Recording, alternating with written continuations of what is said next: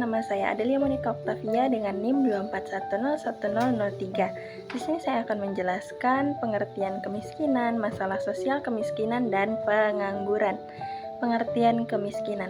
Kemiskinan adalah keadaan di mana seseorang atau keluarga tidak mampu memenuhi kebutuhan dasar seperti makanan, pakaian, tempat tinggal, pendidikan, dan kesehatan. Contohnya adalah seorang yang harus bekerja keras tanpa penghasilannya hanya cukup untuk makan tanpa bisa menabung atau membayar sekolah anaknya.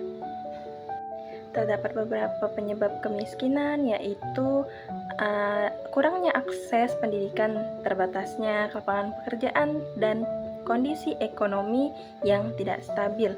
Beberapa faktor pendorong kemiskinan antara lain pendidikan yang rendah, kurangnya peluang kerja, bencana alam, dan beban keluarga besar. Dampak kemiskinan diantaranya kurangnya gizi, sulitnya akses ke layanan kesehatan, rendahnya tingkat pendidikan, dan meningkatnya kriminalitas serta kebutuhan mendesak. Dampak kemiskinan yang sering kita jumpai ada di bidang pendidikan, bidang kesehatan, bidang sosial, dan bidang ekonomi. Pengangguran. Yang selanjutnya, pengertian pengangguran. Pengangguran adalah keadaan di mana seseorang yang mampu dan mau bekerja tidak mendapatkan pekerjaan.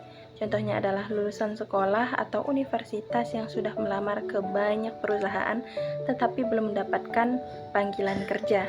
Penyebab pengangguran biasanya karena kurangnya lapangan pekerjaan, ketidaksesuaian antara keterampilan pekerja dengan kebutuhan perusahaan, atau teknologi yang menggantikan tenaga manusia. Beberapa faktor pendorong pengangguran yaitu keterampilan tidak sesuai, teknologi yang menggantikan pekerja, jumlah pencari kerja lebih banyak daripada peluang kerja, dan kurangnya pengalaman. Kemudian ada dampak dari pengangguran, termasuk menurunnya pendapatan keluarga, meningkatnya stres, dan masalah sosial seperti kriminalitas.